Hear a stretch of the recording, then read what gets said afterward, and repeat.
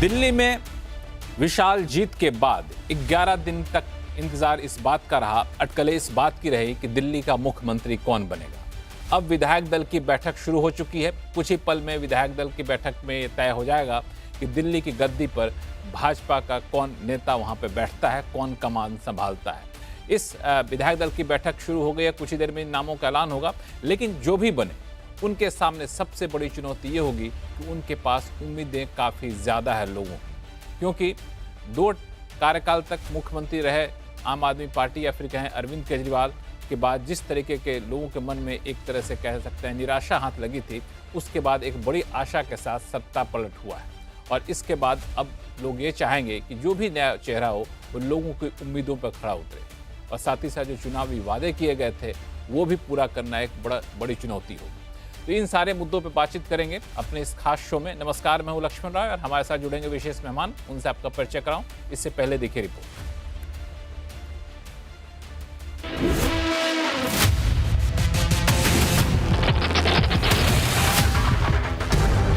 दिल्ली में 27 साल का सत्ता वाला सूखा समाप्त करने के बाद बीजेपी भव्य शपथ ग्रहण की तैयारी में लगी है। रामलीला मैदान सजकर तैयार है। 20 तारीख यानी गुरुवार को 12 बजे शपथ ग्रहण होगा। ये असरदार सरकार और टीम मोदी का शक्ति प्रदर्शन भी होगा। बीजेपी के सभी मुख्यमंत्री मेहमान होंगे, साथ ही दिल्ली की जनता भी इस राज्याभिषेक में शामिल होगी। जिनको न्योता मिला है उनमें दिल्ली का बड़ा वोट बैंक झुग्गी बस्ती वाले भी हैं। वनवास खत्म कर सत्ता में लौटने से पहले ही दिल्ली को शानदार शहर बनाने के लिए 100 दिन का एक्शन प्लान भी तैयार हो गया है। दिल्ली की खराब सड़कें हो या फिर पानी का मसला या फिर यमुना की सफाई, सभी नई सरकार के एजेंडे में है। साबरमती रिवर फ्रंट की तर्ज पर यमुना रिवर फ्रंट बनाने की तैयारी है। गंगा आरती की तरह यमुना आरती तो शुरू भी हो गई है। मोदी सरकार ने चुनावों में दिल्ली की आप सरकार को आपदा बताया था और अब जनता ने आपदा को हटाकर कमल खिला दिया है, तो नई सरकार पर जवाबदेही भी बहुत बढ़ गई है। बीजेपी के संकल्प पत्र के वादे को पूरा करना एक चैलेंज तो है ही, केजरीवाल के समय में शुरू हुई योजनाएं भी जारी रखने का दबाव नई सरकार पर रहेगा। दिल्ली की जनता को फ्रीबी का जो वादा किया गया है उसे पूरा करने के लिए दिल्ली का खजाना लगभग खाली हो जाएगा, और ऐसे में इस बार केजरीवाल सरकार की तरह काम नहीं करने देने का बहाना भी नहीं चलेगा, क्योंकि दिल्ली की जनता ने अपने लिए इस बार डबल इंजन की सरकार को चुना है। क्या रामलीला मैदान में शपथ ग्रहण के साथ ही दिल्ली की जनता को दिया गया वचन भी पूरा होगा? इन्हीं सारे सवालों का जवाब ढूंढने की हम कोशिश करेंगे अपने इस खास शो में, और हमारे साथ कुछ ही देर में जुड़ेंगे बीजेपी के प्रवक्ता विजय शर्मा जी। उससे पहले हमारे साथ जुड़ चुके हैं आम आदमी पार्टी के प्रवक्ता पुष्पेंद्र श्रीवास्तव जी। विजय त्रिवेदी जी हैं जो वरिष्ठ पत्रकार हैं, राजनीतिक विश्लेषक हैं। सज्जन कुमार सिंह ये भी हमारे साथ हैं, और मिहिर मिश्रा जुड़ेंगे कुछ ही देर में, जो कि हमारे राजनीतिक विश्लेषक हैं। आप सही मेहमानों का बहुत बहुत स्वागत है हमारे शो में जुड़ने के लिए। आप सभी को मेरा नमस्कार। पुष्पेंद्र जी, जब तक कि भाजपा के प्रवक्ता नहीं आते हैं, तो इससे पहले मैं आपसे जानना चाहूँगा कि जिस प्रचंड जीत के बाद भाजपा सत्ता में आई और अब 11वें दिन जाकर के भाजपा नेतृत्व का या फिर मुख्यमंत्री के नाम का ऐलान होने की उम्मीद जताई जा रही है, कुछ ही पल में नाम आ सकते हैं सामने। इस बीच पूरे घटनाक्रम पर तो आप लोगों ने बड़ी पैनी नजर रखी हो कि हमारा उत्तराधिकारी कौन बन रहा है। देखिए, हमने क्या, हम तो पूरे चुनाव में इनसे पूछते रहे कि भैया हमें बता दो सीएम चेहरा कौन होगा। बीजेपी बता ही नहीं पाई। अब चुनाव जीते हुए भी 10 दिन हो गए, इतना अच्छा बहुमत मिला है इनको, दिल्ली की जनता ने चुन के इनको मौका दिया सरकार बनाने का, तो अब इतनी आपसी खींचतान है, मारामारी है कि ये सीएम चेहरा नहीं चुन पा रहे हैं। बड़े दुर्भाग्य की बात है कि दिल्ली के सारे काम रुके हुए हैं, प्रगति के जो चल रहे थे वो भी रुक गए हैं। दिल्ली में आप जानते हैं लॉ एंड ऑर्डर भाजपा के हाथ में है, दिल्ली पुलिस उनके हाथ में है। किस तरह से आज देखिए तिलक नगर में एक बच्ची, 7 साल की बच्ची, उसके साथ किस तरह से रेप की घटना हुई है, शर्मसार करने वाली। तो ये तमाम दिक्कतें दिल्ली में है, लेकिन भारतीय जनता पार्टी एक मुख्यमंत्री चुन करके नहीं दे पा रही है, एक नाम नहीं फाइनल कर पा रही है। उसका इनका अंदरूनी मामला है, आपसी खींचतान है, लेकिन नुकसान किसका हो रहा है? दिल्ली की जनता का। हम खुद इंतजार कर रहे हैं कि आप कोई भी, मुझे मालूम है कि इनके यहाँ एक सिस्टम है कि कोई कठपुतली ऐसी बिठाएंगे जो केंद्र के इशारे पे काम करे, जो अपने मन से कोई फैसला ना ले ले। ये जितने अभी 5-7 नाम आप लोग सब मीडिया में चला रहे थे, दिखा रहे थे 10 नाम, कि ये हो सकते हैं, ये हो सकते हैं, ये हो सकते हैं। मुझे लगता है कि शायद उनमें से कोई भी नहीं होगा, क्योंकि सब कहीं ना कहीं थोड़े मजबूत हैं और अपनी चलाने की कोशिश करेंगे, जो भारतीय जनता पार्टी के शीर्ष नेतृत्व को बिल्कुल पसंद नहीं है। उनको चाहिए एक ऐसा व्यक्ति जो उनके जो जैसा वो कहें, जहां कहें खड़े हो जाओ तो वहां खड़ा हो जाए। एकदम कठपुतली चाहिए उनको, और उस कठपुतली को तलाशने में बड़ा समय लग रहा है। और वो हालांकि कुछ ऐसा आप लोगों के माध्यम से पता चला है कि जो पर्यवेक्षक नियुक्त किए गए हैं उनको शायद वो पर्ची थमा दी गई है कि ये जाके आपको अनाउंस कर देना है। तो वो जो लोकतांत्रिक होने का ढोंग कर रही है भारतीय जनता पार्टी, उसमें कोई दम है नहीं। विजय शर्मा जी जुड़ चुके हैं, विजय शर्मा जी जुड़ चुके हैं। आप जितनी बातें कह रहे हैं, ऐसा है क्या कि मतलब कठपुतली को बैठा दीजिए, पर्ची पहले से पकड़ा दी गई है कि इन्हीं को आपको हाँ कहना है? देखिए लक्ष्मण जी, उल्टा देखिए, इसको कहते हैं उल्टा चोर कोतवाल को डांटे। पूरे देश ने और दिल्ली की जनता ने देखा है किस तरह से आतिशी जी जो एक कुर्सी चेयर लगा के रखी थी और उनको एक टेम्परेरी चीफ मिनिस्टर बोला गया। तो ये तो जनता ने देखा है, कहने की जरूरत नहीं है। हाथ कंगन को आरसी क्या, पढ़े लिखे को फारसी क्या। दूसरा मैं बताता हूँ आपको, इनके यहाँ तो पहले से तय होता है किसको चीफ मिनिस्टर बनना है और किसको डिप्टी चीफ मिनिस्टर बनना है। हमारे यहाँ तो एक सामान्य कार्यकर्ता को जिम्मेवारी दी जाती है। हमारे यहाँ किसी का भी नंबर आ सकता है, किसी के पास भी जिम्मेवारी आ सकती है, और कोई भी जिम्मेवारी आ सकती है, बड़ी जिम्मेवारी भी आ सकती है, छोटी भी आ सकती है। और जिस तरह से इन्होंने बातें की है कि इनके आपस में खींचतान, जो भी जिस तरह से, आप मुझे बताइए हमारे किसी नेता का एक भी बयान बता दीजिए। 8 तारीख को रिजल्ट आए थे आज तक कि मैं चीफ मिनिस्टर बनना चाहता हूं। उल्टा मीडिया जिससे सवाल पूछती है वो यही कहते हैं भाई हम किसी तरह से भी इसके कैंडिडेट नहीं है, जो पार्टी का फैसला होगा, जो विधायक। हम भी तो यही कह रहे हैं ना कि बताइए सर, नहीं है, हम भी तो यही बात कह रहे हैं। मासूम नहीं है कि लोग कोई बता दे कि कौन सीएम का चेहरा होगा, बता दें उसमें। लेकिन एक चीज पूछना, एक तो सवाल बनता था कि हालांकि हम नाम तो कुछ ही देर में आ जाएंगे, लेकिन कि 11 दिन किस बात के लिए लग गए। और दूसरा कि ये जो 20 तारीख को 12:35 का समय निर्धारित किया गया, या कुछ आप लोग दिन वगैरह दिखाते हैं क्या, कौन सा शुभ मुहूर्त वगैरह होगा उसी दिन करेंगे हम लोग? क्योंकि बड़ी शुरुआत करने जा रहे हैं, इसमें कोई आश्चर्य नहीं होगा। हाँ देखिए लक्ष्मण जी, इसमें 2-3 बातें हैं। एक तो ये कि हमारे यशस्वी प्रधानमंत्री जी विदेश गए हुए थे, 3-4 दिन के लिए वो बाहर थे। दूसरा, हमारे एनडीए के सहयोगी दल, हम उनको सबको बुलाते हैं, लोगों को बुलाते हैं, तो सबकी टाइमिंग, किसकी अवेलेबिलिटी कैसे है, तैयारियां की जाती है। 100 दिन का रोड मैप तैयार किया जाता है, भाई हमें क्या क्या काम करने हैं दिल्ली की जनता के लिए। हम तो सेवा भाव के लिए आते हैं ना, इनकी तरह लूट खसोट के लिए थोड़ी आते हैं, एक के साथ एक फ्री। अरे भैया, सेवा भाव के लिए आए हैं तो आइए ना, डर क्यों रहे हैं? नहीं बोलते हैं प्लीज, बीच में नहीं बोलते हैं, ये सभ्यता नहीं होती है। एक मिनट रुकिए जरा, आप मुझे बताइए कि किस तरह की ये बात, अभी चुनावी मोड से बाहर नहीं आ पा रहे हैं। अरे भाई इलेक्शन हो गया, दिल्ली की जनता ने हमें जनादेश दे दिया, थोड़ा इंतजार तो करो ना। आप क्यों अभी से जो घर के जो बर्तन फेंकने शुरू कर रहे हो? अभी तो 5 साल है पूरे, हमारा संकल्प पत्र है, हम पूरा करेंगे, सेवा करेंगे जनता की। तो अभी नाम आया नहीं, और आप ना, ठीक है, अभी आप लोगों को बोलने का काफी मौका भी मिलेगा। विजय त्रिवेदी जी हमारे साथ जुड़े हुए हैं। 5 सेकंड दीजिए, 5 सेकंड दीजिए सर। मैं ये कह रहा हूं कि हमको, मैं आ रहा हूं आपको। अच्छा 5 सेकंड ले लीजिए आप, चलिए जी। मैं ये कह रहा हूं कि ये जो कह रहे हैं हो हल्ला क्यों कर रहे हैं, बर्तन फेंक रहे हैं, जल्दबाजी। अरे भाई, आपने जनता से वादा किया है, प्रधानमंत्री जी ने खुद बीजेपी हेडक्वार्टर में खड़े होकर कहा कि 8 मार्च को महिला दिवस को हर महिला के खाते में 2500 रुपए पहुंच जाएंगे। होली सर पे आ गई, आपने कहा है होली दिवाली में फ्री सिलेंडर देंगे। आपने हर महीने कहा है 500 रुपए में सिलेंडर देंगे। तो सब लोग उसका इंतजार कर रहे हैं। हम नहीं कहीं कोई थाली में बर्तन और इधर उधर नहीं फेंक रहे हैं। आपसी खींचतान बंद करिए और आकर के कोई चेहरा दीजिए, चाहे अपना कठपुतली बिठा दीजिए, लेकिन जो दिल्ली से वादे किए हैं उसको पूरा करिए, नहीं तो हम तो घेरेंगे। हमारा काम है, हमको विपक्ष की जिम्मेदारी इसीलिए दिल्ली की जनता ने दी है, ताकि हम आपने जो वादे किए हैं उनको आपको याद दिलाते रहे और उनको समय समय पे पूरा करवाते रहे। बिल्कुल। विजय त्रिवेदी, देखिए पुष्पेंद्र जी, आपने जो बात की, क्या 8 मार्च एक मिनट, क्या होली निकल गई क्या? आप कैसे, मतलब वो बातें कर रहे हो, ऐसी काल्पनिक बातें जिसका जवाब अभी नहीं हो सकता है। नहीं गई है। मैं तो कह रहा हूं ऐसे ही लगाए रहोगे आप, आज कर देंगे, कल कर देंगे, प्रधानमंत्री जी विदेश से आएंगे तब करेंगे। अरे भैया, प्रधानमंत्री जी तय कर रहे हैं तो आप ये लोकतंत्र का नाटक क्यों खेल रहे हो कि विधायक दल की बैठक होगी? अगर प्रधानमंत्री जी को तय करना है तो ये दिखावा किस लिए कर रहे हो?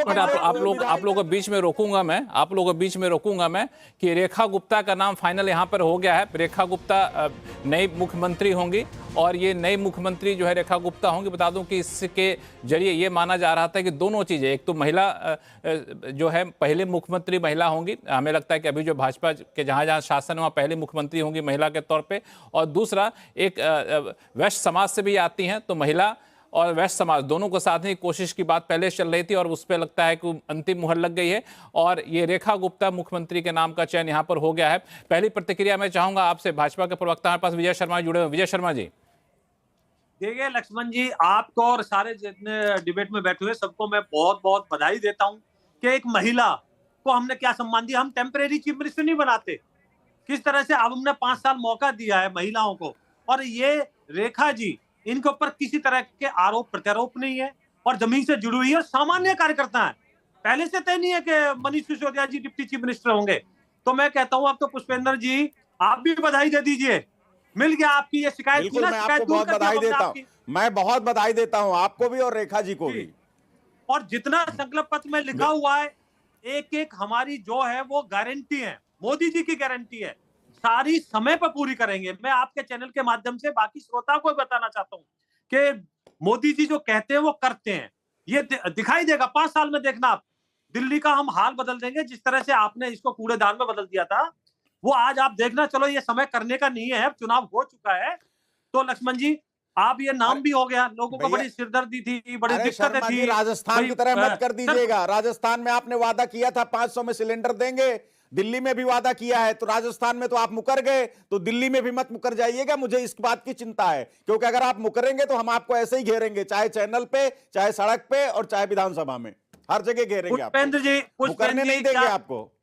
एक चीज दर्शकों को बता दूं कि रेखा गुप्ता शालीमार बाग से विधानसभा सीट जीती हैं। वो हरियाणा की रहने वाली हैं, दिल्ली शिफ्ट कर गई थी और अब जाकर के यहाँ मुख्यमंत्री बनेंगे। परवेश वर्मा, जिनके नाम की काफी ज्यादा चर्चा थी, जो पूरे इस दिल्ली चुनाव में कह सकते हैं मैन ऑफ द मैच के तौर पर जाने जाते थे, अरविंद केजरीवाल को काफी शिकस्त दी थी वहां पे और यहाँ पे 4000 से ज्यादा वोटों जीत हासिल किए थे। उनका नाम यहाँ पे उप मुख्यमंत्री के तौर पर आया है। तो परवेश वर्मा दिल्ली के उप मुख्यमंत्री होंगे, रेखा गुप्ता मुख्यमंत्री होंगी, तो ये नाम फाइनल होता हुआ। विजय त्रिवेदी जी, पहला रिएक्शन आपका।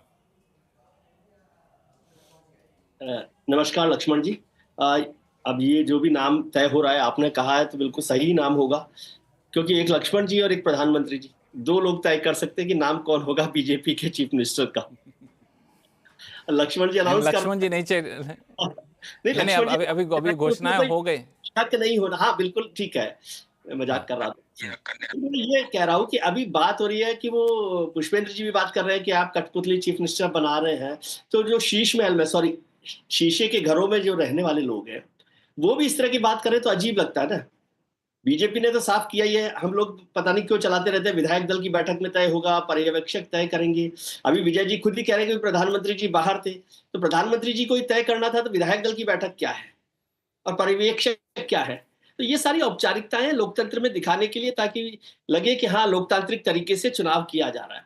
वैसे प्रधानमंत्री जी, मुझे हैरानी केवल इस बात पर हो रही है कि इतने मजबूत नेतृत्व के बाद भी 10 दिन लगे मुख्यमंत्री का नाम तय करने में, क्योंकि ये तो साफ है कि मुख्यमंत्री का नाम पार्टी हाईकमान को तय करना था। पार्टी हाईकमान का मतलब ज्यादा से ज्यादा 3 लोग हो सकते हैं, जिसमें मुख्यमंत्री, प्रधानमंत्री जी हैं, होम मिनिस्टर हैं और पार्टी के राष्ट्रीय अध्यक्ष। तो ये तीनों लोग दिल्ली में अवेलेबल हैं, और अवेलेबल नहीं भी हो तो भी उनको तय करना है कि किस तरह से काम किया जा रहा है, वो है। लेकिन पुष्पेंद्र जी के पास विजेंद्र, एक मिनट यहाँ पे एक मिनट जरा, विजय शर्मा जी आप कुछ जोड़ना चाहते हैं आपकी बातों में? जी विजय शर्मा जी। देखिए, विजय जी की बात से मैं सहमत नहीं हूँ। वो हमारे यशस्वी प्रधानमंत्री हैं, उनको हम इस प्रक्रिया से कैसे बाहर कर सकते हैं? भाई ये प्रक्रिया है, शीर्ष नेतृत्व है, सारे लोग बैठते हैं ना, सहमति से बनाते हैं, इसमें क्या बात है? तो फिर ये बात कहिए ना कि लोकतंत्र नहीं है पार्टी में, जो मोदी जी तय करेंगे वही होगा। यही बात तो मैं कह रहा था, जो विजय जी बात कह रहे हैं, तो विधायक दल की बैठक का नाटक क्यों कर रहे हैं? इस प्रक्रिया पे शो के आगे के हिस्से में आऊंगा मैं आगे, लेकिन एक छोटा सज्जन, आपने चुनाव के दौरान काफी ज्यादा जमीनी हकीकत का जायजा लिया था। आपको ये जो चयन है, रेखा गुप्ता मुख्यमंत्री, परवेश वर्मा उप मुख्यमंत्री, आपको क्या लगता है कौन से फैक्टर रेखा गुप्ता के पक्ष में गया होगा? देखिए, सबसे बड़ी फैक्टर जो बीजेपी इसमें काफी केयरफुल थी, वो ये था कि आप एक ऐसे चेहरे को दें जो सबको स्वीकार्य हो, कि अंदर सबको पता है कि बीजेपी प्रदेश यूनिट में दिल्ली में बहुत सारे फैक्शंस हैं। उस फैक्शंस में कभी क्या होता है कि जिसको आप बेस्ट बेट मानते हैं, हो सकता है कि दूसरे गुट जो है उसको लेके बहुत ही सहज ना हो। तो उसमें एक तो रेखा गुप्ता जी के पक्ष में जो है उनका महिला होना, और चूंकि महिला है तो इस नाते निश्चित तौर पे स्वीकार्यता थोड़ी बढ़ जाती है, ईगो थोड़े कम हो जाते हैं। दूसरा, उनका एबीवीपी से सांगठनिक अनुभव होना, और तीसरा कुछ एडमिनिस्ट्रेटिव ये भी है। लेकिन उससे भी ज्यादा जो उनके पक्ष में गया है, आप देखिए कि दिल्ली में मोस्ट प्रोबेबली अगर लीडर ऑफ अपोजिशन बनता है, आतिशी बनती हैं, तो वो एक जेंडर फैक्टर भी है जो अभी तक विधानसभा चुनावों में महिलाओं में आम आदमी पार्टी को पिछले 2 चुनावों में फायदा मिला था। और जो राजनीतिक नोक झोंक भी होगी, तो चाहे शीला दीक्षित हो, चाहे आतिशी हो, और अभी रेखा गुप्ता हो, तो कहीं ना कहीं एक महिला फैक्टर निश्चित तौर पे, बट मान के चलिए महिला फैक्टर केवल एक फैक्टर था, ये सारे फैक्टर का कॉम्बिनेशन नहीं था। इसके अलावा निश्चित तौर पे कि महिला बीजेपी फैक्टर को अभी था, क्या संघ है, से जुड़ी हुई थी, एबीपी के कार्यकर्ता थी, पार्षद भी रह चुकी हैं, संगठन का भी अनुभव है, संघ का भी अनुभव है। तो मुझे लगता है ये सारे फैक्टर यहाँ पे जा रहे थे। दूसरा, रेखा गुप्ता है तो वैश्य समाज की भी भागीदारी काफी ज्यादा है यहाँ पे, एक लाइन कह में सकते हैं जो वोट बैंक लक्ष्मण है। की हाँ वैश्य समाज भी इंपॉर्टेंट है, क्योंकि ये बीजेपी का कोर काडर है दिल्ली का। हाँ बिल्कुल। वैश्य समाज जो काफी समय से परेशान था और अपने आप को इग्नोर फील कर रहा था, तो वो उनका कोर काडर भी है। हाँ। मतलब रेखा गुप्ता का महिला फैक्टर और हाँ। सब फैक्टर्स तो है ही, लेकिन वैश्य समाज हाँ। जो है बीजेपी का कोर काडर था, जो लंबे समय से अपने आप को उपेक्षित महसूस कर रहा था। शायद उसका दबाव भी वहां पर काम आया होगा कि भाई उनको देने की वापस। कोशिश। हाँ, एक और चीज विजय जी, मुझे लगता है कि मेहर मिश्रा जी आपके पास मैं आ रहा हूं, एक मिनट एक सवाल का जवाब ले लूं कि ये जो था कि इतने राज्यों में भाजपा की सरकार है लेकिन कहीं भी महिला के पास कमान नहीं दी गई है, तो ये भी एक बड़ा फैक्टर होगा इस मैसेजिंग के लिए, क्योंकि जब बिल्कुल। प्रधानमंत्री कहते हैं कि महिला।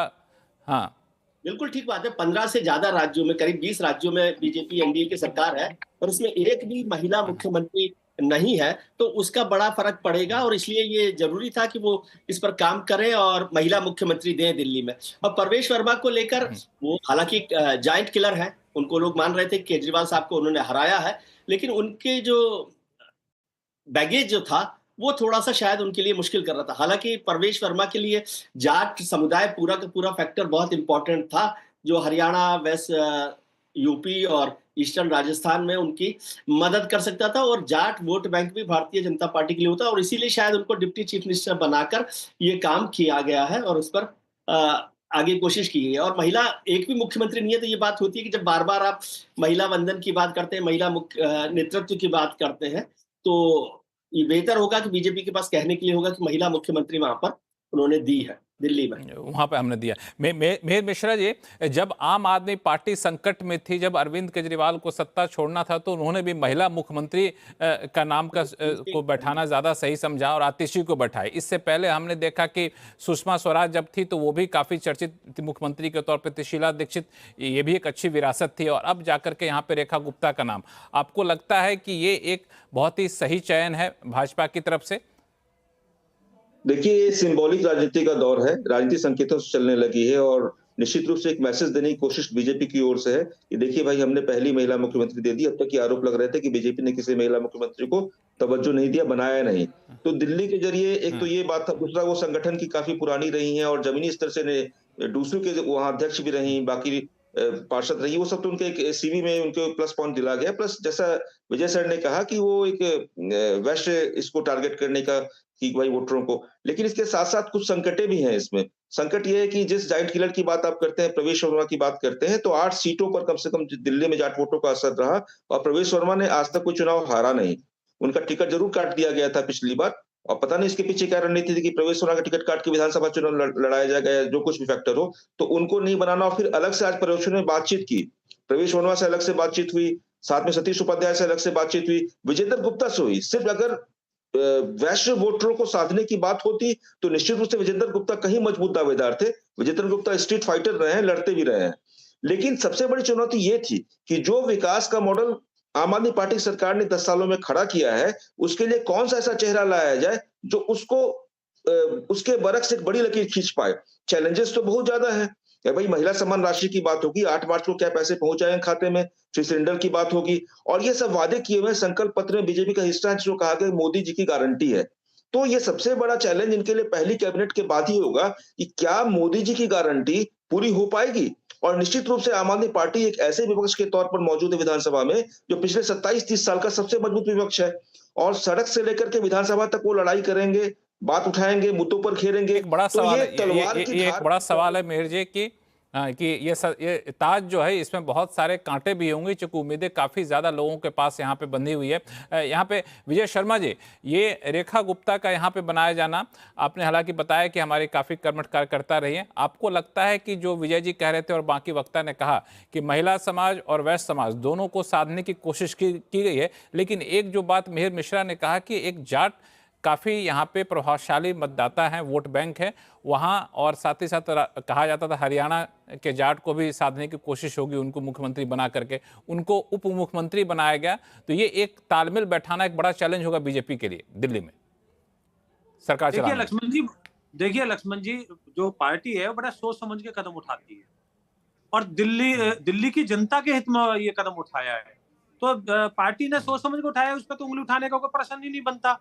और जो ये कहते हैं लेट हो गया, इस तरह का हो गया, आप मुझे बताइए, इतने सारे हम एनडीए के नेताओं को बुला रहे हैं, सबकी अवेलेबिलिटी 100 दिन का हम रोड मैप तैयार करते हैं साथ के साथ। जब भी सरकार बनती है तो हमारा हरियाणा में आपने देखा होगा, जैसे ही सरकार बनी हमने 24,000 से ज्यादा नौकरियां दी पहले ही 100 दिन के अंदर।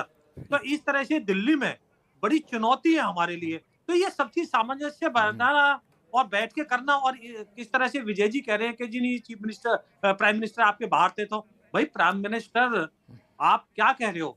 उन्होंने दिल्ली में खून पसीना बहाया है, यहाँ पे मेहनत की है, उनके नाम पे लोगों ने वोट दिए, मोदी जी के नाम पे, मोदी जी की गारंटी, मोदी जी के साथ चलना लेकिन यहाँ पे विजय शर्मा जी, आपने कहा कि पूरे घटक दलों के साथ बातचीत होती है, सबकी अवेलेबिलिटी चेक की जाती है, लेकिन इस अवेलेबिलिटी को चेक करने में हाँ बुलाया जाता है, लेकिन यहाँ पे उत्तर प्रदेश से मुख्यमंत्री खुद ही व्यस्त हो गए बजट पेश करने में, ये स्थिति है। खैर ये है कि सबको बुलाना थोड़ा हाँ लक्ष्मण जी, इसके बावजूद और भी हैं, गुजरात के सीएम भी हैं, और भी 2-3 सीएम है, वो बिजी है, सारे तो नहीं आ सकते, लेकिन हमारी कोशिश होती है सही बात ज्यादा से ज्यादा लोग वहां पर आए। पुष्पेंद्र श्रीवास्तव जी को जोड़ना चाहते हैं। पुष्पेंद्र जी, बधाई तो दे दीजिए कम से कम, ठीक है विपक्षी पार्टी आप हो गए हैं, लेकिन महिला मुख्यमंत्री बनी है।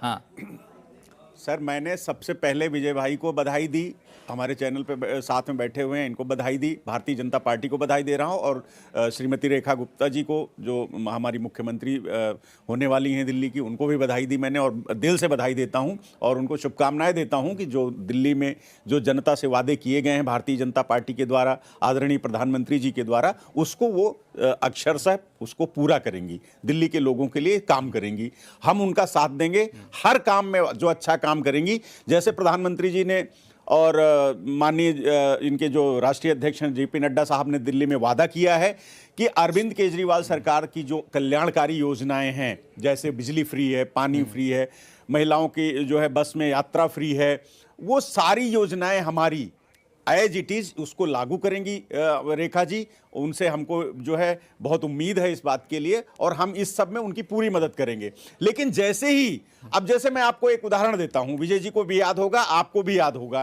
पूरे चुनाव में ये लोग, इनके रमेश बुद्धूड़ी जी चुनाव लड़ रहे थे, कालका जी से बार बार कह रहे थे कि नहीं, हम बस अब में फ्री यात्रा की क्या जरूरत है, महिलाओं की सबको देने की क्या जरूरत है, जो जरूरतमंद होंगी उनको देंगे। तो अब सवाल ये है वहां तो भाजपा ने साफ कर दिया था कि जो करेगा, हालांकि भाजपा ने साफ कर दिया जो कल्याणकारी योजनाएं हैं वो जारी रहेंगी। हाँ सर, मेरा सवाल यही है कि ये जो कंडीशन लगा रहे हैं बीच में कि जो जरूरतमंद हैं, तो आप जरूरतमंद किसको कहेंगे? आप जो भारतीय जनता पार्टी के एमएलए के दफ्तर में जाके गिड़गिड़ाएगा, उनके पैर पकड़ेगा भारतीय जनता पार्टी के नेताओं के, उसको जरूरतमंद बताएंगे आप? जरूरतमंद की डेफिनेशन जरूरतमंद किसे? अरे हम कहते हैं जरूरतमंद किसे कहेंगे, कल्याणकारी योजनाएं किसे कहेंगे, इसके बहुत सारे कंडीशन होंगे। इस पे मैं आऊंगा पुष्पेंद्र जी, इस मुद्दे पे आऊंगा मैं। एक छोटा सवाल जो मेरे दिमाग में है, मैं विजय जी से पूछ लेता हूँ, फिर आपके पास आऊंगा। विजय शर्मा जी और पुष्पेंद्र, अब दोनों लोग पास आऊंगा।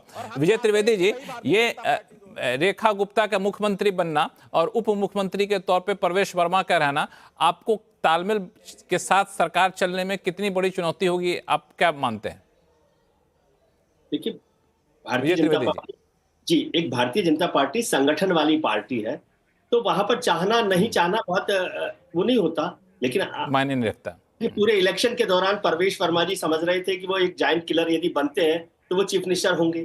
फिर जाट समुदाय एक बड़ा समुदाय है जिसको लेकर भी उनको उम्मीद थी कि वो वहां पर चीफ मिनिस्टर के तौर पर उनकी नुमाइंदगी हो सकती है। तो वो एक इम्बैलेंस तो थोड़ा सा रहेगा ही कि रेखा गुप्ता जी के साथ, लेकिन पार्टी इस तरह की है कि वहां पर जो जिम्मेदारी मिल गई है उसमें वो काम करे मिलकर। और मैं विजय शर्मा जी से ये कह रहा था कि मेरा निवेदन केवल इतना था कि भाई तय प्रधानमंत्री जी को ही करना है, और प्रधानमंत्री जी ने ये चुनाव जिताया है। आपके पास तो लीडर था नहीं, आप तो किसी लीडर के साथ गए, तो फिर प्रधानमंत्री जी तो जल्दी तय कर सकते थे। मैं ये कह रहा था कि प्रधानमंत्री जी को इसको तय करने में इतना वक्त क्यों लगा। और यदि आप कह रहे हैं कि विधायकों को समझाकर ऐसा किया गया तो मुझे और हैरानी होगी। दूसरी बात, आप कह रहे हैं कि हमको समय लग रहा था ऐसी बात पे कि सबको लीडर्स को बुलाना था, ये तो कोई कारण नहीं होता चीफ मिनिस्टर का नाम तय करने का। तीसरी बात, आप जो 100 डेज की बात करें तो 100 डेज तो आपने संकल्प पत्र जो दिया, क्या उससे डिविएट करेंगे? संकल्प पत्र ही तो 100 डेज का शर्मा जी, तो उस सब बातों को लेकिन मुझे लगता है कि त्रिवेदी जी बहुत बड़ा कोई विवाद होगा ऐसा मुझे नहीं लगता है। और अच्छे से सरकार चलानी प्रधानमंत्री जी, आप सुन लीजिए, एक मॉडल के तौर पर विजय शर्मा जी का सुन लेते हैं, विजय शर्मा जी के सुन लेते हैं जी। गुजरात के बाद दिल्ली को मॉडल के तौर पर प्रधानमंत्री जी सरकार को चलाएंगे, और मुझे लगता है कि मुख्यमंत्री कोई भी हो, प्रधानमंत्री जी के दिशा निर्देश पर ये सरकार चलेगी। वैसे ही अभी तो नॉमिनेट होने से पहले ही वो यमुना की नदी की मशीनें आ गई हैं साफ होने के लिए, तो ठीक ही है जी, ठीक ही है। विजय शर्मा जी, गुजरात की तरह दिल्ली भी एक मॉडल के तौर पर आप लोग इसको विकसित करेंगे? निश्चित तौर पे करेंगे। और विजय जी को मैं बता दूं, ये पहली बार इस तरह से नहीं है कि हमने इतना दिन लगाया। हरियाणा में देख लीजिए, महाराष्ट्र में देख लीजिए, हरियाणा में तो लगभग हमारा तय था, फिर भी हमने समय लगाया। तो विजय जी, इसको इधर उधर सोचने की जरूरत नहीं है, हम जो कुछ करते हैं। चलिए, अब तो हो गया, अब तो नाम की घोषणा हो गई, अब देरी हुई, अब छोड़ दीजिए, उस पे जो बातचीत हो गई। लेकिन जो अब सवाल लोग ये करें कि ठीक है बन गए, लेकिन अब तो आगे बढ़ा जाए। तो इसमें विजय त्रिवेदी जी ने 2 सवाल उठाए कि 100 डेज का प्लान आपने बनाया, क्या आप अपने मैनिफेस्टो से डेविएट करेंगे? और दूसरा, पुष्पेंद्र श्रीवास्तव जी ने पूछा कि सिर्फ जरूरतमंदों को ही फायदा दिया जाएगा, रेवड़ी का, या फिर सबको मिलेगा जैसा चलता आ रहा था? देखिए, इन्होंने रमेश विदुड़ी जी को कोट किया। अब आप मुझे बताइए, जेपी नड्डा जी, हमारे प्रधानमंत्री जी, होम मिनिस्टर साहब, वो बड़े हैं या रमेश विदुड़ी जी बड़े हैं? तो उनकी बात का कोई मायना ही नहीं है, उनकी बात को तवज्जो दे। अरे वो भारतीय जनता पार्टी के 10 साल सांसद रहे हैं सर, कैसी बात कर रहे हैं आप? उनको आप हल्के में ले रहे हैं।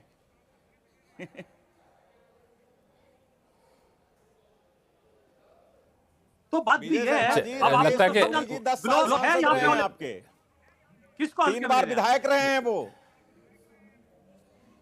नहीं, 10 साल सांसद रहे हैं, बिल्कुल रहे हैं। एक मिनट बताइए मुझे, 10 साल सांसद रहे हैं वो, तो क्या प्रधानमंत्री जी से बड़े कद है उनका? क्या होम मिनिस्टर साहब से बड़ा कद है उनका? छोटे तय करना आपका काम है, वो हमारा काम नहीं है, लेकिन महत्वपूर्ण नेता हैं आपके वो, आपको मानना चाहिए। और अगर आप उनको नहीं मानते तो भाई आपकी अपनी समस्या है। आप किसकी बात पे यकीन करेंगे? आप संकल्प पत्र पे यकीन करेंगे ना, जो हमारे नड्डा साहब बोलेंगे वो करेंगे ना। लेकिन दे दी ना उन्होंने, तो बस फिर ठीक है।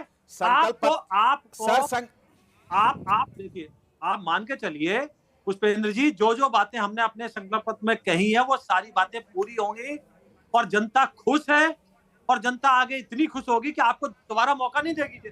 दिल्ली की जनता दोबारा मौका नहीं देगी। संक्षिप्त विजय जी संक्षिप्त में बता दीजिए। विजय जी संक्षिप्त में एक जवाब दे दीजिए। अब लड़ाई, आज लड़ाई का वक्त नहीं है, आज लड़ाई का वक्त नहीं, आज बहुत ही शुभ वक्त है कि भाजपा के मुख्यमंत्री बनी है रेखा गुप्ता। इस पे विजय शर्मा जी, पुष्पेंद्र जी आपको लड्डू खिलाएंगे, आप शांत हो जाइए। पुष्पेंद्र जी आपको लड्डू मिलेगा, चिंता रहे। विजय शर्मा जी, मेरा सवाल आपसे यह है कि जो वादे याद दिलाते रहेंगे, आपको क्या लगता है दिल्ली सरकार कौन सा ऐसा बड़ा काम करेगी सबसे पहले, जो एक कह सकते हैं कि जो मिसाल के तौर पर होगा? देखिए, आने के साथ ही इतना बड़ा काम शुरू कर दिया, क्या यमुना की सफाई के लिए बड़ा काम करेगी, या फिर कोई और कुछ एजेंडे में है जो एक तरीके से लगे कि हाँ वापस सत्ता बदला है तो ये दिखने लगा हमें? आपकी प्रायोरिटी क्या होगी इसमें, विजय शर्मा जी? देखिए लक्ष्मण जी, ये मेरे प्रीव्यू से बाहर है। ये इसमें मैं नहीं कह सकता कमेंट, क्योंकि ये कैबिनेट बैठेगी, कैबिनेट बनेगी, वो तय करेंगे ठीक है, कि जनता आपके के लिए प्रीव्यू से सबसे आपके जरूरी प्रीव्यू से चीज़ कौन बाहर सी है। मेहर मिश्रा जी, मेहर मिश्रा जी, आप क्या देखना चाहेंगे दिल्ली की नई सरकार से? सबसे बड़ी प्रायोरिटी, सबसे बड़ा चेंज जो दिखने लगे कि हाँ ठीक है, जनता ने चुना है तो जनता के भरोसे पर खड़ा उतर रही है सरकार। देखिए, इस पूरे चुनाव के दौरान सबसे बड़ा मुद्दा जो सेंट्रल स्टेज पर रहा वो रहा यमुना। और जिस तरीके से मशीन अचानक से सक्रिय हो गई और एलजी साहब एक्टिव हो गए, तो लगता है कि एलजी साहब अब और एक्टिव मोड में आएंगे। अभी तक तो बेचारे काम करने नहीं दे रहे थे, ऐसे आरोप लग रहे थे। तो यमुना में कितना कुछ परिवर्तन आता है, यमुना का पानी वैसे ही बहता है या कुछ फर्क आता है, ये एक बहुत बड़ा चैलेंज होगा। एक दो मशीनें उतारने से और यमुना आरती के अचानक से कुछ वीडियो प्रकट हो गए, उससे तो कोई कॉस्मेटिक देखने की बात है, पर ग्राउंड लेवल पर कितना फर्क पड़ता है? क्या नए सीवरेज ट्रीटमेंट प्लांट बनते हैं, शुरू होते हैं, उनको इम्प्लीमेंट करने में 2-3 साल का वक्त लग जाएगा? क्या हरियाणा से जो पानी आता है, उस पानी में अमोनिया का लेवल कम हो जाएगा? क्योंकि ये भी एक बहुत बड़ा आरोप पूरे चुनाव के दौरान रहा। उसके अलावा सबसे बड़ा चैलेंज रहेगा कि जो बिजली पावर कट्स की बात अचानक शुरू हो गई, दिल्ली के अंदर पिछले काफ़ी समय से, पिछले 10 साल से, 5 साल से अगर मैं बात करूँ तो पावर कट की स्थिति पे लगभग कंट्रोल था। लेकिन आम आदमी पार्टी ने उसको भी एक मुद्दा उठाया है और सबसे बड़ी बात 200 यूनिट की बात थी, बीजेपी के संकल्प पत्र में 300 यूनिट का था। तो इसको फुलफिल करना बहुत बड़ा चैलेंज रहेगा। लेकिन जहां तक चुनाव में सिंबोलिज्म की बात है, जिस पर चुनाव पूरा ये लड़ा गया, बीजेपी जीत कर आई, यमुना। सज्जन जी, तो यमुना में कितना फर्क आता है, सज्जन जी, दिल्ली यमुना में कितना फर्क आता है वो बहुत बड़ा देखने वाली चीज होगी। सज्जन जी, आप तो लोगों से बात किए थे, तो क्या लग रहा था, लोग सबसे पहले क्या देखना चाहेंगे? वाकई यमुना उन सब के लिए एक बड़ा मुद्दा था? हालांकि आखिर तक यमुना पे भाजपा पूरी हमलावर थी अरविंद केजरीवाल पर। लक्ष्मण जी, विजय शर्मा जी कह रहे थे, मैं इनके संकल्प पत्र की याद दिला दूं। इन्होंने पुष्पन जी आ रहा, मैं सज्जन जी के पास से जरूरतमंद शब्द कोट किया है। ठीक, नहीं, विजय शर्मा जी के पास जाऊंगा आपके सवाल को लेकर। सज्जन जी, देखिए यमुना निश्चित तौर पे एक बहुत बड़ा इशू था लोगों के बीच में, क्योंकि देखिए यमुना की सफाई के साथ साथ एक बहुत बड़ी समस्या ये थी कि यमुना के साथ पानी की भी समस्या थी। गंदा पानी आ रहा था, सब कुछ था हरियाणा से, उसमें ब्लेम गेम चल रहा था हरियाणा के ऊपर, लेफ्टिनेंट गवर्नर के ऊपर और उसके अलावा केंद्र सरकार के ऊपर। तो निश्चित तौर पे यमुना तो एक मुद्दा है, लेकिन बीजेपी की सबसे बड़ी चुनौती क्या है कि इन्होंने सब कुछ एक साथ, वो कहते हैं ना कि झोली में सब कुछ परोस दिया है, वादा कर दिया है कि एक तरफ तो आपने पूरे यहाँ के इंफ्रास्ट्रक्चर को चेंज करने की बात की, जिसमें कि ट्रैफिक जैम्स की बात हो, नए रोड्स नहीं बन रहे हैं, फ्लाईओवर्स की जरूरत है, उसके अलावा यहाँ के बसों की फ्लीट को करने के, और दूसरी तरफ जितनी भी फ्रीबीज की पॉलिसीज थी उसको कंटिन्यू ही नहीं, उसको और ज्यादा बढ़ा के देने की बात की है। अब ये सब कुछ केवल सीएम से संभव नहीं है, इसलिए मान के चलिए कि ये सीएम, लेफ्टिनेंट गवर्नर और ऊपर से केंद्र सरकार पीएमपी, चूंकि दिल्ली पे तो केंद्र सरकार का भी काफी ज्यादा वर्चस्व है, तो इन तीनों के सिंक्रोनाइजेशन से ये सब कुछ संभव है। लेकिन लोग जो सबसे पहले देखेंगे उसका एक क्लास बेसिस होगा, मिडिल क्लास को देखना होगा कि उनके हिसाब से ट्रैफिक में, सड़कों के रिपेयर्स में और बाकी जो यातायात की सुविधा है, पानी है, इन सब में कुछ सुधार हो रहा है या नहीं। और जहां तक बाकी पुअर सेगमेंट्स की आप बात कर ले, जो एक बड़ा तबका है जिसके एक बहुत बड़े हिस्से ने बीजेपी को सपोर्ट किया, वो देखेगी कि जो उन्हें सुविधाएं मिल रही थी वो सुविधाएं जारी हैं या नहीं, अलावे और कुछ ज्यादा मिल रहा है कि नहीं। और सबसे बड़ी बात जो है, देखिए दिल्ली में एमसीडी आम आदमी पार्टी के बाद आई और कोई बहाना नहीं था, दिल्ली बिल्कुल एक गार्बेज बन चुका है, आप कहीं भी जाइए सफाई नहीं है। और अब ये बहुत बड़ी चुनौती होगी, क्योंकि अप्रैल में आपको एमसीडी के इलेक्शन होने हैं। तो ये अभी तो ट्रिपल इंजन की सरकार है, केंद्र सरकार, लेफ्टिनेंट गवर्नर और सरकार, एमसीडी भी आ गई, तो बीजेपी के पास कोई एक्सक्यूज नहीं होगा। और जितनी बड़ी प्रॉमिस है, हर सेगमेंट की अपनी अलग अलग अपेक्षा है। यमुना निश्चित तौर पे एक शो, लेकिन सिंबोलिज्म से काम नहीं चलेगा, इसमें कुछ कॉन्क्रीट सिंबोलिज्म से काम नहीं चलेगा, कॉन्क्रीट डिलीवरी यहाँ पे करनी होगी। ये कैसे करेंगे, बड़ा चैलेंज होगा। विजय शर्मा जी आपके पास हूँ, विजय त्रिवेदी जी आपके पास आना चाहता हूँ। उससे पहले कि यमुना का एक मुद्दा उठाया मेहर मिश्रा ने, और दूसरा कि ये भी एक बड़ी बात थी कि रेवड़ी बांटने के होड़ में काफ़ी ये हम एक से पहले हम निकल जाएं, उससे पहले हम निकल जाएं, जो रेस निकली थी, अब उसको पालन करने का समय आ गया है। चूँकि जनता अब देखेगी, गूगल सर्च करके पूछ लेगी आपने 5 साल पहले वादा किया था, कहाँ गया। तो ये भी एक बड़ा चैलेंज रहने वाला आपके हिसाब से। और खजाने की हालत बहुत अच्छी है नहीं दिल्ली की। जी बिल्कुल लक्ष्मण जी, और एक तो सबसे बड़ा बदलाव क्या हुआ कि ये नो एक्सक्यूज गवर्नमेंट है। हाँ। इस सरकार के पास अब कोई एक्सक्यूज नहीं है। जो आम आदमी पार्टी सरकार के पास एक्सक्यूज था कि एलजी साहब काम नहीं करने देते, सेंट्रल गवर्नमेंट काम नहीं करने देती, या उससे पहले एमसीडी बीजेपी के पास थी, तो यहाँ पर ये नो गवर्नमेंट होगी जिसके पास कोई बहाना किसी काम को नहीं करने के लिए। एक एक्सक्यूज होगा त्रिवेदी जी कि जब प्रदूषण होगा तो पंजाब से आ रहे हैं पराली जी। हाँ ठीक है, वहां तो हमारी सरकार नहीं है, वो अभी बंद था पराली पंजाब से। खैर वो बड़ा मुद्दा नहीं है। एक्सक्यूज के लिए मैंने कहा, एक्सक्यूज के लिए मैंने कहा, लेकिन आपने सही कहा कि अब यमुना जो है, यमुना जहां से, हाँ बिल्कुल, एक तो यमुना को तो सबसे पहले शुरू करना पड़ेगा, वो सिंबोलिज्म के लिए भी जरूरी है, और प्रधानमंत्री जी रिवर फ्रंट पर थोड़ा सा ज्यादा फोकस करते हैं, तो यमुना रिवर फ्रंट के साथ यमुना की सफाई करना बड़ा काम होगा। क्या बात, क्या ये आपने दिल की बात कर दी, चूंकि अहमदाबाद जाता हूं तो उस जगह को उससे घूमना आदमी भूलता नहीं है, इतना खूबसूरत रिवर फ्रंट है, यहाँ तो बनाना पड़ेगा। विजय शर्मा जी से डेडलाइन मांगूंगा, विजय शर्मा जी आप तैयार रखिएगा, बाकी विजय त्रिवेदी जी अपनी बात पूरी करते हैं। जो है पावर कट जो है ना, दिल्ली के लोगों ने, ये ईमानदारी की बात है कि पावर कट कोई नहीं रहा पिछले 5 साल में मोटे तौर पर, तो वो यदि पावर कट होगा तो दिल्ली के लोग जल्दी परेशान हो जाएंगे, तो वो एक बड़ी जिम्मेदारी है। और जो आम आदमी पार्टी का पूरा की काडर है या जो वोटर था जिसके पास सारा का सारा फ्री बीज थी, उसमें आप बैकआउट नहीं कर सकते। तो ये तीनों बड़ी चीजें। लेकिन अभी क्या है, प्रधानमंत्री जी आपके पास है, होम मिनिस्टर आपके पास है जो एलजी को देख रहे हैं, तो वो केंद्र से कोई मदद के लिए आपके पास कोई कारण नहीं है कि वो केंद्र से मदद नहीं मिले। फिर एक चीफ मिनिस्टर है रेखा जी, फिर एक एग्जीक्यूटिव चीफ मिनिस्टर है एलजी साहब, फिर एक डिप्टी चीफ मिनिस्टर है आपके पास, और एमसीडी अभी 15-20 दिन में ये विजय शर्मा जी के पास आई जाएगी। तो कहीं पर भी भारतीय जनता पार्टी के अलावा कोई नहीं होगा इस सरकार की व्यवस्था में, तो एक बड़ा चैलेंज भी हो जाएगा, और सब कुछ आपके पास है, तो इस पर तुरंत भी काम करना पड़ेगा। दिल्ली के लोग थोड़ा से ज्यादा इम्पेशेंट होते हैं, यदि आपने उस पर तुरंत काम नहीं दिखाया तो वो लोग नाराज भी हो सकते हैं। नाराज का मतलब उनका गुस्सा, उनकी बेचैनी जो है ना, वो जल्दी दिखाई देगी, और वो भी इसलिए कि सबके सब लोग आपके पास है, सेंटर भी आपके पास है, स्टेट भी आपके पास है, एमसीडी भी आपके पास है, एलजी भी आपके पास है, और पैसा भी आपके पास है, आपको देना, आप कहीं रोकते हैं नहीं रोकते, तो वो सब चीजों को लेकर बड़ी जिम्मेदारी के साथ करेंगे। लेकिन मैं देख रहा हूं, जो मैं समझता हूं जितना इस पार्टी को, प्रधानमंत्री जी इसको एक रोल मॉडल गवर्नमेंट के तौर पर आगे बढ़ाएंगे, और खासतौर से अमित शाह जी होम मिनिस्टर इसको देख रहे हैं तो वो करेंगे। आपने कहा, अभी मिहिर जी ने भी कहा कि आम आदमी पार्टी मजबूत विपक्ष है, वो एक चैलेंज है, लेकिन आम आदमी पार्टी के पास एक बैगेज है सरकार का 10 साल का, ये भी याद रखिएगा। नहीं, ये भी एक बड़ा, नहीं मैं इसको नहीं, मैं इस तरीके से भी देख रहा हूं विजय त्रिवेदी जी कि आम आदमी पार्टी को हरा के भाजपा आ गई है, लेकिन आप आम आदमी पार्टी को डिस्काउंट नहीं कर सकते हैं। 43% वोट बैंक लेके बैठी हुई है वो, तो आपको, हाँ, आपको ऐसा करना होगा कि ये वोट बैंक और कम हो आगे चल के, चैलेंज होगा ये कैसे इन सारी चुनौतियों को पूरा करेगी भाजपा, इस पर बातचीत करें विजय शर्मा जी से। लेकिन वक्त है छोटे से ब्रेक का, ब्रेक के बाद जल्द लौटते हैं।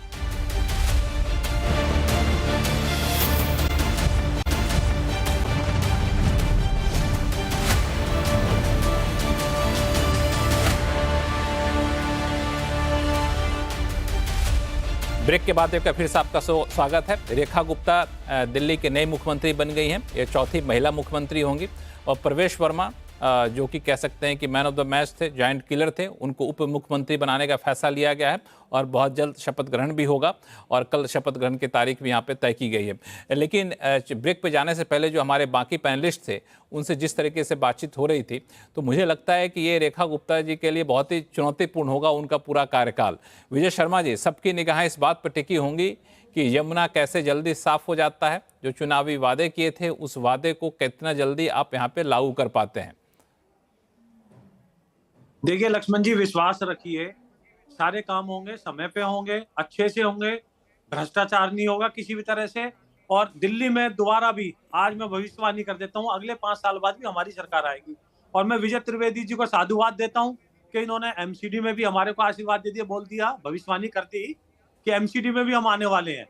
तो ये दिखाता है, क्योंकि पब्लिक डोमेन में रहते हैं, इन्होंने बोल दिया, तो ये हमारा, क्योंकि ये हमारा, आपने देखा होगा ट्रैक देखा होगा कि हरियाणा में, मध्य प्रदेश में, महाराष्ट्र में भी हम आए तो शिवसेना छोड़कर भाग गई थी, उत्तराखंड में, गुजरात नहीं में। नहीं, मुझे मैं ये चीज देखा हूँ विजय शर्मा जी कि जब आप रहते हैं ना तो विजय त्रिवेदी थोड़ा सा आपके प्रति सॉफ्ट कॉर्नर रहते हैं, क्योंकि नाम दोनों का मिलता है, इस वजह से जो है ना थोड़ा सा वो सम्मानित पत्रकार है, पत्रकार है, ऐसा नहीं नहीं, मैं वैसे लाइटर मोड में कह रहा था। हाँ लक्ष्मण जी जी। अच्छा, दूसरा मैं एक जवाब देना चाहता हूँ। पुष्पेंद्र जी ने एक बात बोली थी शायद कि बिजली कटौती की।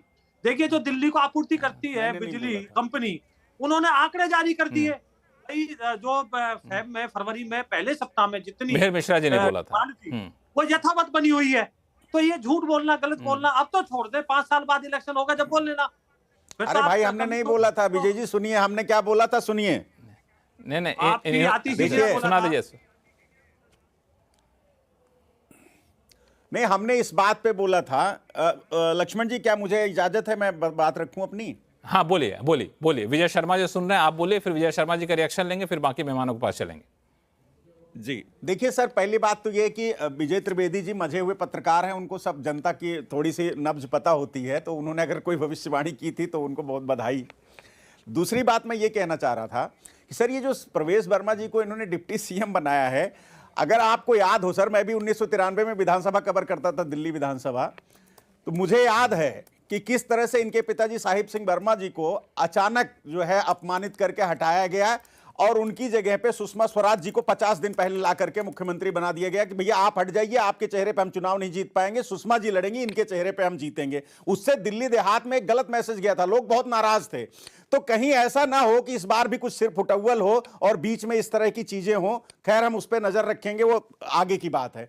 लेकिन विजय शर्मा जी अभी कह रहे थे कि हमने कहीं नहीं कहा कि जरूरतमंदों को, तो मैं आपको याद दिलाता हूं, मोदी जी ने जो संकल्प पत्र जारी किया है दिल्ली की जनता के लिए, मोदी का गारंटी पत्र, ये मेरे हाथ में है और आपके पास भी होगा। उसमें देखिए साफ लिखा है, जरूरतमंद छात्रों को 4000 सालाना मेट्रो यात्रा के लिए। दूसरी तरफ लिखा है दलित विद्यार्थियों को 1000 रुपए महीना। तीसरी तरफ लिखा है गर्भवती महिलाओं को 21,000 रुपए। तो ये सारी चीजें क्या जरूरतमंद को लोगों को ही देंगे ना? यही तो मैं कह रहा हूं। अब आप कहते हैं रमेश बिधूड़ी छोटे नेता है या उनकी बात की कोई वैल्यू नहीं है, तो ये आपकी अपनी प्रॉब्लम है, मुझे नहीं मालूम है। लेकिन दिल्ली की जनता ये जानना चाहती है, आज आप यहां चैनल पे बैठ के क्लियर करके जाइए कि ये सारी सुविधाएं दिल्ली की जनता को बिना अमीर गरीब धर्म जाति भेदभाव किए सबको एक तरफ से मिलेगी कि नहीं मिलेगी, इस बात की गारंटी देके जाइए चैनल पे। और अगर आपने नहीं किया तो उसके लिए हम बैठे हैं, हमारे 22 विधायक आपको विधानसभा में याद दिला देंगे, सड़क पे हम आपको याद दिला देंगे। तो इसलिए हमको कोई टेंशन नहीं है कि आपका मुख्यमंत्री देर से बना जल्दी से बना, वो आपकी अपनी प्रॉब्लम है। आपको अपने हिसाब से चलाना है दिल्ली को, बहुत अच्छी बात है, स्वागत करते हैं। और जो बिजली कटौती की बात कर रहे हैं ना, हमने इस बात पे को नहीं कहा था। और बिजली कटौती की बात आपकी तरफ से हमने आतिशी जी ने जब कहा कि भाई हमारी सरकार अभी जो है, हम चुनाव हारे अभी 10 दिन भी नहीं हुए और दिल्ली में बिजली कटौती शुरू हो गई, ये सवाल उठाया था, तो सचदेवा जी ने कहा कि नहीं, ऐसे जो है वो तो आपकी वजह से हो रही है। तो अगर जमुना साफ हो रही है तो अभी तो कार्यवाहक मुख्यमंत्री आतिशी जी ही हैं, तो एक तरफ रह लीजिए। अगर उसका डिस्क्रेडिट दे रहे हैं तो इसका क्रेडिट भी दीजिए कि जमुना भी हम ही साफ करना शुरू कर दिए हैं आपकी मेहरबानी से, क्योंकि आपको लगा कि जो है अब कुछ ना कुछ तो हमें दिखाना पड़ेगा दिल्ली की जनता को, तो आपने शुरुआत कर दी। विजय शर्मा जी जवाब दे दीजिए, फिर बाकी वक्ताओं के पास जाऊंगा। विजय शर्मा जी गारंटी दे दीजिए, अब तो आपने कहीं रखा है तो क्या दिक्कत है? देखिए, पुष्पेंद्र जी ने कुछ राय दी पार्टी के लिए, तो मैं कहता हूं अपनी पार्टी को आप दे लीजिए। आप 54% से 43% पे आ गए, तो मेरे ख्याल से आपको सलाह की जरूरत है। अब भारतीय जनता पार्टी को सलाह की जरूरत नहीं है। दूसरा, मैं बिजली कटौती की बताता हूँ। आतिशी जी ने, मैंने भी सुना था वो बयान, उन्होंने कहा था 5 से कई घंटे की कटौती शुरू हो गई है। तो भैया मुझे बता दिए, एरिया का नाम बता दीजिए, कौन से एरिया में किस सारा सब दिया डाटा, आपको सारा डाटा दिया है, हमने प्रेस कॉन्फ्रेंस करके बाकायदा दिया है मीडिया में। सुनिए ना, आपने डाटा दिया तो जो आपूर्ति करती है कंपनी, उसने आपको जवाब दे दिया कि भाई जो है यथावत है, जो डिमांड है वो उतनी है और उतनी हम दे रहे हैं बिजली दिल्ली को। तो आपको जो कंपनी सप्लाई करती है तो आपको तो उसको मानना पड़ेगा ना। मेरे आपके मानने से तो कुछ है नहीं, मेरे आपके आरोप लगाने से तो कुछ है नहीं। दूसरा मैं बताता हूँ, संकल्प पत्र पिछले 10 साल में कभी शिकायत नहीं आई शर्मा जी, मैं तो उसकी बात कर रहा हूँ। ये 10 दिन में कैसे शिकायत आने लगी? जो 10 साल में एक शिकायत नहीं आई पावर कट की, वो अब कैसे आ रही है? अरे भाई पुष्पेंद्र जी बताइए। अरे यही कंपनी तो 10 साल पहले भी थी सर। आप बातें सुनेंगे सर, यही कंपनियां 10 साल से हैं। तो यही कंपनियां, तो ये कंपनियां आपकी एक कंपनियां होंगी, आपने दिया होंगे ठेके। आपकी कंपनी कह रही है अब हो गई, अब हमारी हो गई। आपने खुद का। अरे आप सीधे बोलिए कि इनको हटा करके अदानी को देना है, आपको अरे भाई हटा दीजिए सुनिए। इसी बहाने। वो तो आपको रात में भी सपने आते हैं, क्योंकि आपके पास और कोई किसी तरह की सकारात्मक राजनीति नहीं नहीं, सपने नहीं आते। दिल्ली की जनता नहीं, देखेगी, नहीं मैं तो नहीं आपको बोल के जा रहा हूँ। नहीं, आप आपके देखिएगा पास ऐसे यही कमियां होता है। निकालेंगे और उसके बाद पुष्पेंद्र इनको जी हटा बताइए। करके अदानी जी को सौंप देंगे दिल्ली की सारी अरे बिजली। पुष्पेंद्र जी बताइए, जो कंपनी सप्लाई करती है वो कहती है कहीं कमी नहीं है, तो आप मुझे बताओ कौन झूठ बोल रहा है? आतिशी जी झूठ बोल रही है ना। अरे भारतीय आतिशी जी जनता तो पार्टी के नेताओं ने ट्वीट करके बताया है, उत्तम नगर में, अरे तो पालम में, आप संगम मुझे बिहार में, बताइए, आप तमाम मुझे जगहों पे बताइए, हमने सारा डाटा मीडिया को दिया है, कहां कहां कटौती हो रही आपने है। अभी लोग आपने इन्वर्टर अभी- खरीदने निकल पड़े हैं, जनरेटर खरीद पुष्पेंद्र रहे जी, हैं भाई। आपने सचदेवाजी को कोट किया। आप जब पत्रकार हैं, इतने पुराने पत्रकार हैं, आप मुझे बताइए केयर टेकर चीफ मिनिस्टर कौन है जब तक ओथ ना ले ले? बताइए आप मुझे।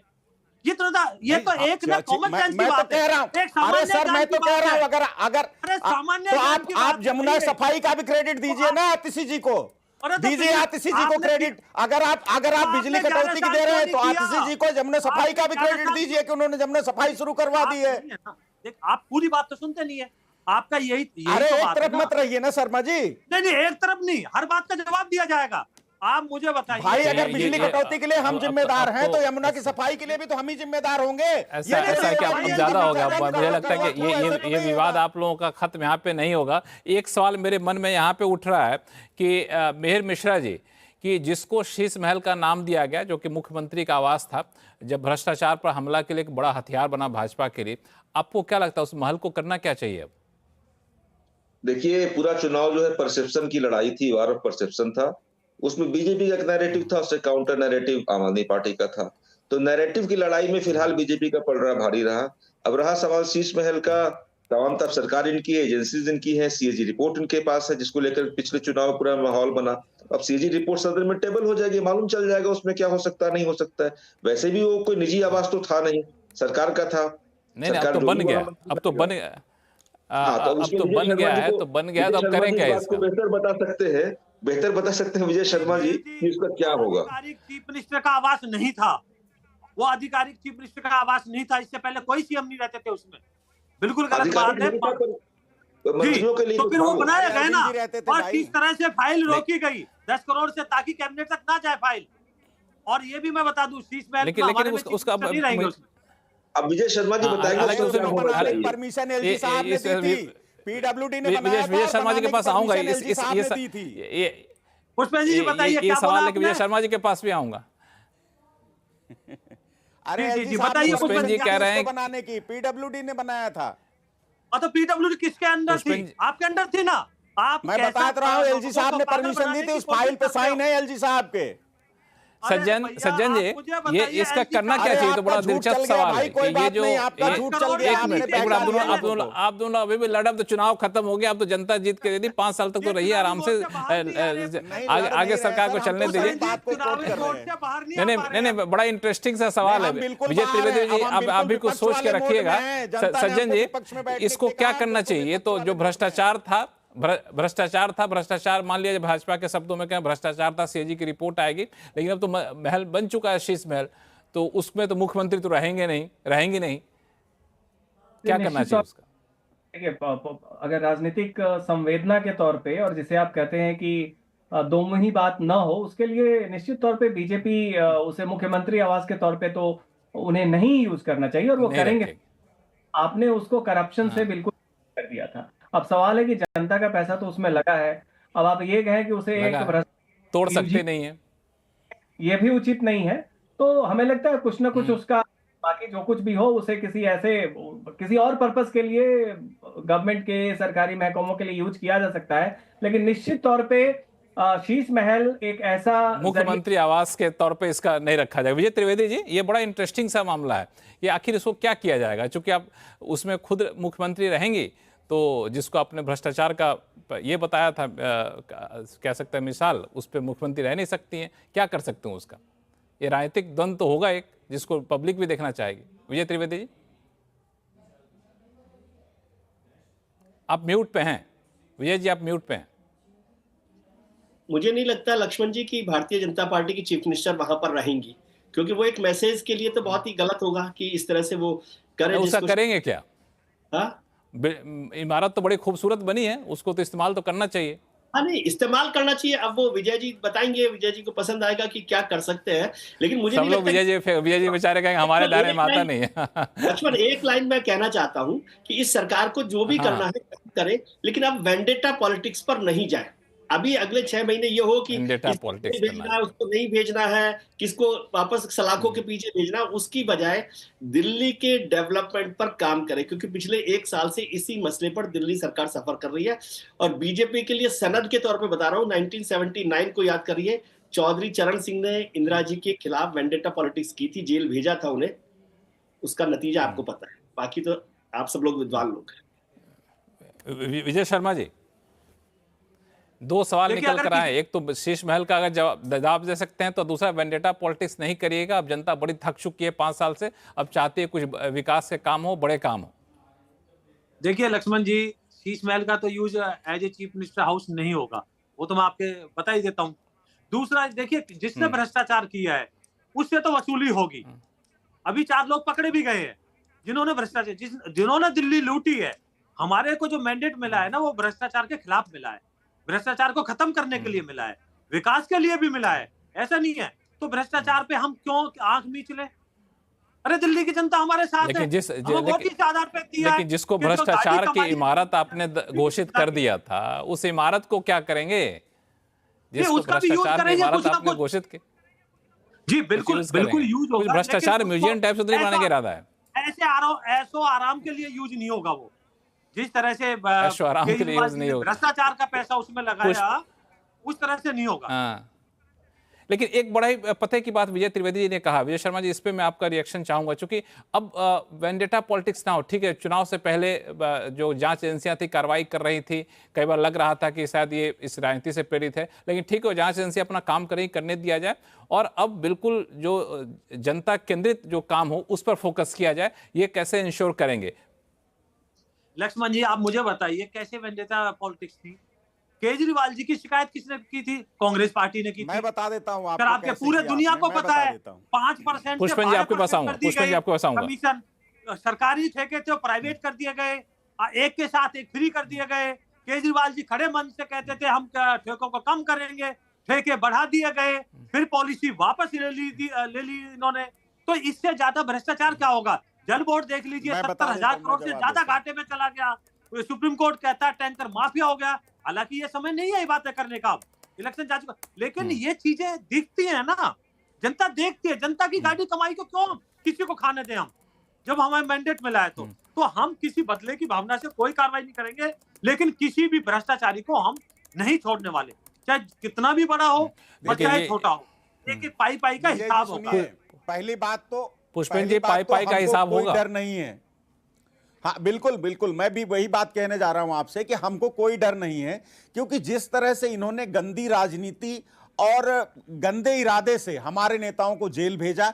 आपको याद होगा, 1 पैसे की रिकवरी हमारे किसी नेता से नहीं हुई। कहां से हो गया शराब घोटाला? सब हवा में शराब घोटाला हो गया।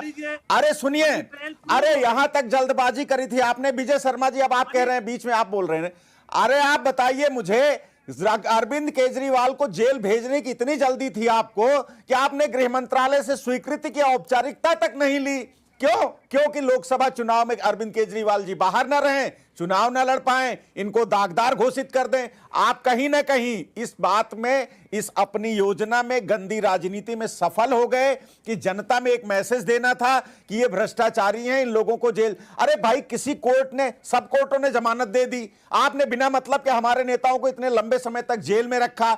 दिल्ली की जनता आपको माफ नहीं करेगी। दिल्ली में CSDS का सर्वे है, 10 में से 5 लोगों ने कहा है कि हम आम आदमी पार्टी की सरकार चाहते हैं, और हमारे आपके वोट शेयर में भी सिर्फ 2% का अंतर है। यह मत भूलिए विजय शर्मा जी। और आज से आप सरकार में हैं, यूं समझ लीजिए कि आज से आपकी अग्नि परीक्षा शुरू हुई है, और अब हम सवाल करेंगे। हमने 10 साल बहुत आपका जवाब दे दिया, अब हम सवाल करेंगे और आपको जवाब देना पड़ेगा।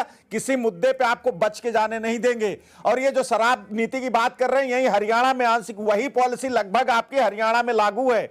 आपकी जहां जहां आपने वादा किया है दिल्ली में कि हम बिजली नहीं वैसे ही देंगे जैसे अरविंद जी दे रहे थे, तो पावर कट तो अभी से लगने शुरू हो गए। तो हरियाणा उत्तर प्रदेश मत बना दीजिएगा। जहां हम इस समय बैठे उत्तर प्रदेश में नोएडा में कितने घंटे के बिजली के कट हैं, जरा पूछ लीजिए लोगों से।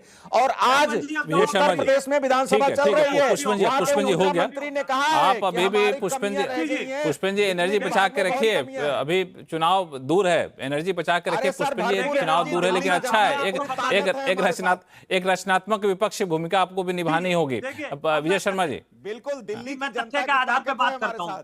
केजरीवाल जी को 10 समन भेजे थे, केजरीवाल जी को 10 समन भेजे थे, 1 मिनट, 10 समन भेजे थे, क्यों पेश नहीं हुए थे आप? आपको चुनाव उस संबंध में आप यही नहीं बता पा रहे थे कि उनको चीफ मिनिस्टर बुला रहे हैं, बुला रहे हैं, तो क्यों जाते बताइए ना। आप यही नहीं तय कर पा रहे थे। अरे आपके हाथ में ईडी थी, सीबीआई थी, सब सारी एजेंसियां आपके हाथ में थी, आप यही नहीं बता। वो अरविंद जी पूछ रहे थे पुष्पन जी एक मिनट, रुक जाइए। पुष्पन जी, हमारे इस तरह से डिबेट करेंगे तो फिर मजा नहीं। हमारे दर्शक सुनना चाहते हैं काम की बातें, बोलने दीजिए विजय शर्मा जी को, फिर आपके पास आऊंगा। हमारे पास शो में वक्त है अभी। बोलिए विजय शर्मा जी। देखिए महीनों पहले इनको समन दिया गया, 10 समन दिए गए इनको, ये अवॉइड करते रहे और ये चुनाव का ही बहाना बनाते रहे। आज राजस्थान में चुनाव आज कुछ है और ये सहानुभूति लेने के लिए लोकसभा चुनाव ये ला दिए, नजदीक तक ला दिए। दूसरा इन्होंने बताया कि हमारा वोट परसेंटेज इनसे एक कम। अरे आप मुझे बताइए, आपका तो 54% था, आपका तो 11% नीचे आ गया, तो आप उस पर बात कीजिए ना। 11% आप नीचे आ गए हो, हमारा वोट परसेंट हारने के बावजूद बढ़ता रहा।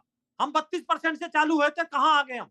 तो ऐसे मत कहिए। दूसरा आप एक बताइए, आप सर्वे को, अभी तक तो आप सर्वे को झुटला रहे थे, जब वोटिंग से 2 दिन पहले आपने सबको झुटला दिया था।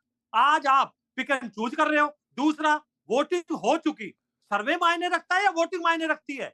दूसरा, आपने पावर कट का बोला, मैंने आपको बता दिया किस तरह से जो कंपनी है, कंपनी ने बता दिया भाई, जो मांग थी वो मांग पूरी हो रही है और ये फरवरी फर्स्ट वीक से चालू है, जितनी मांग थी उतनी हम बिजली दे रहे हैं। ये आरोप प्रत्यारोप का दौर चलता रहेगा, चूंकि हमारे पास समय काफी कम है। हालांकि सरकार 5 साल तक चलेगी, बीच बीच में हम लोग ऐसे शो करके आपसे सवाल पूछते रहेंगे, चूंकि अब जनता जवाब चाहेगी। और जैसा कि विजय त्रिवेदी जी ने कहा कि अब कोई एक्सक्यूज चलेगा नहीं, क्योंकि सारी जगह अब आपकी सरकार है, तालमेल बेहतर होगी, डबल इंजन की सरकार, उम्मीदें भी डबल होने वाली है। तो आप सभी मेहमानों का बहुत बहुत धन्यवाद हमारे शो में जुड़ने के लिए। देखते रहिए CNBC आवाज। नमस्कार।